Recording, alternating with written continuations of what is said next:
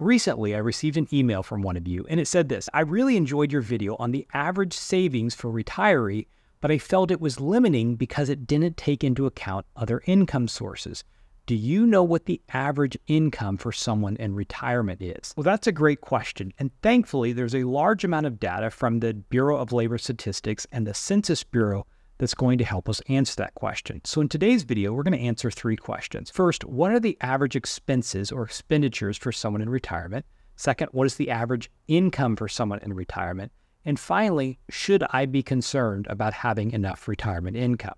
But first, my name's Kevin Lum. I'm a certified financial planner, and this channel is dedicated to helping 1 million people retire without worry. Despite retirement savings balances being at all-time highs, most retirees are going to rely on more than their investment portfolio to make the retirement work. For most people, it's going to be a combination of Social Security, possibly a pension, and some withdrawals from your investment accounts. So I wanted to answer the question, what is the average income for someone in retirement in America? As I mentioned, I'm going to use data sources from the Bureau of Labor Statistics, the Census Bureau, and also a little bit from the Gallup organization. But the data sets I'm going to use aren't perfect because they don't actually break out people in retirement. Instead, it breaks out people by age. So as a proxy for retirement, I'm going to look at people who are age 65 and over. Now, of course, everyone age 65 isn't retired, so it's not perfect, but I think it'll get us close enough. But during my research, I stumbled across an interesting discovery. People are working longer either by choice or by necessity.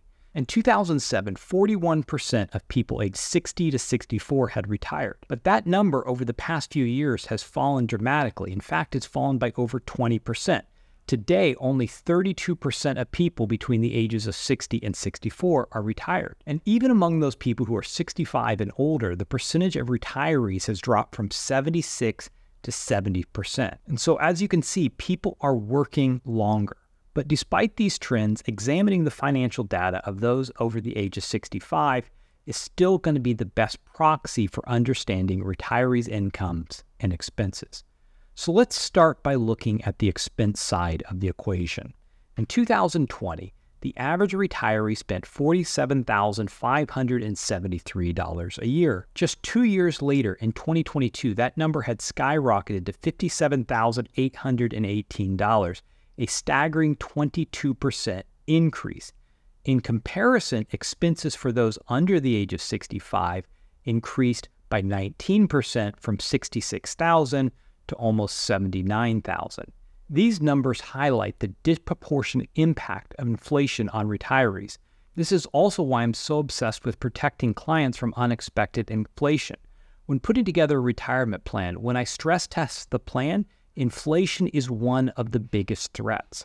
And for most retirees, you have a 30-plus year time horizon in front of you, and it is very likely at some point during that retirement period, you're going to have periods of unexpected inflation. Now, of the expenses in retirement, the largest expenditures were unsurprisingly housing, transportation, healthcare, and food.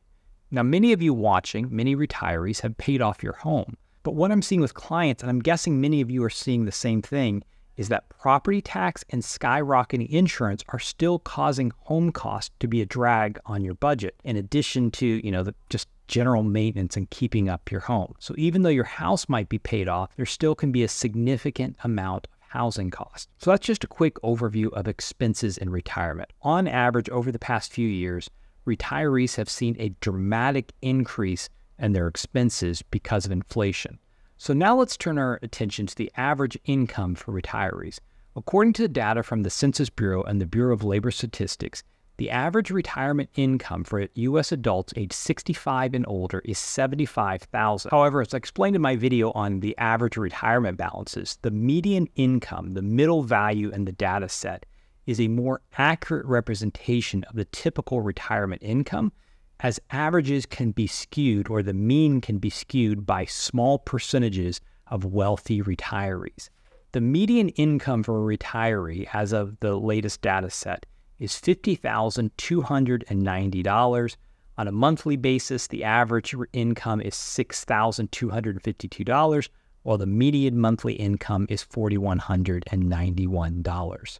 Retirement income consists of various sources, including Social Security, portfolio distributions, pensions, annuities, rental income, and even part-time jobs. Now, the average Social Security benefit in 2024, because I'm guessing a few were going to be wondering this, will be $1,907 a month, with a maximum benefit of $3,822 for someone who files at their full retirement age. That means for most people, Social Security is going to make up somewhere between 40 to 45% of your retirement income. This aligns with what I typically see with my clients. Most of my clients have somewhere between 35 to 45% of their income covered by Social Security, with the rest coming from their investment accounts, annuities, and pensions. And so that takes us to the next income source, pensions and annuities. Now, I couldn't find the mean, but I did find the median. And so I just kind of want to run over these numbers really quickly. And so this is the median yearly benefit of these different types of pensions.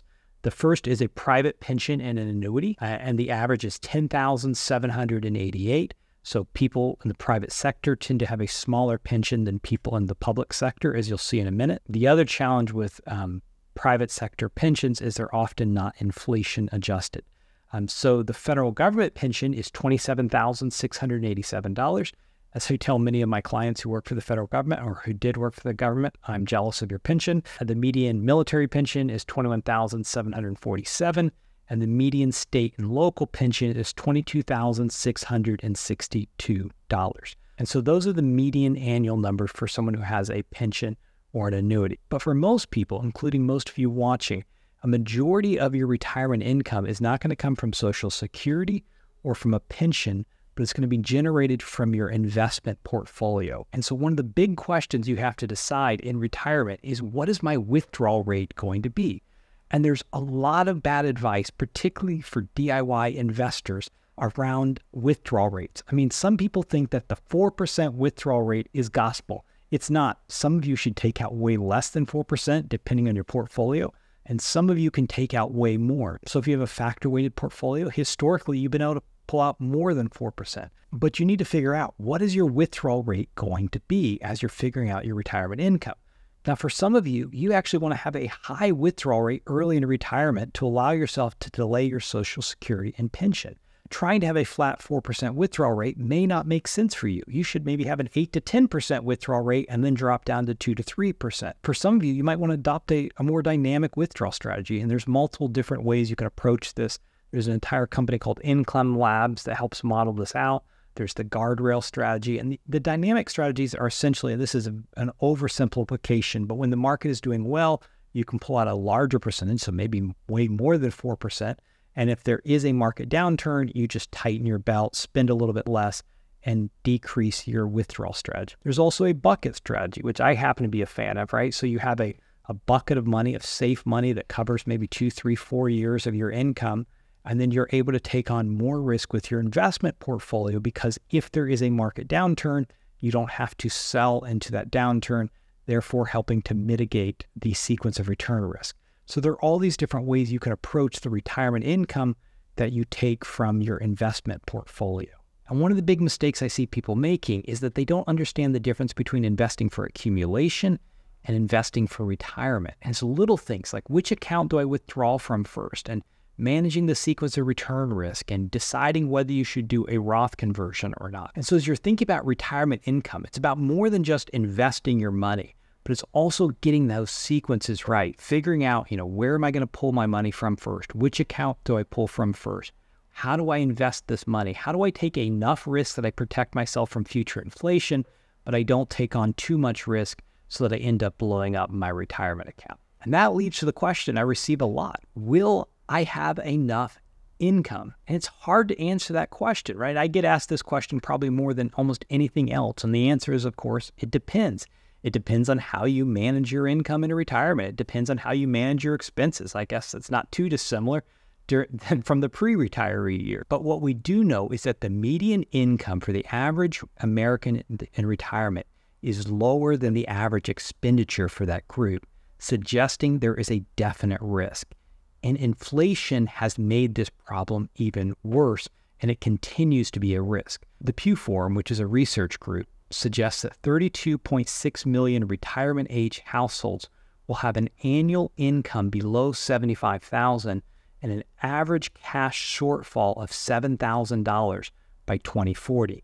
The National Council on Aging found that incomes for 45% of Americans 60 and older are insufficient to support their basic needs, and 80% of households in that group are financially struggling or have financial insecurity. So there is a risk, but what I've discovered is that for most people with proper planning, you're going to be okay, but you've got to get that plan in place and you need to stick with that plan.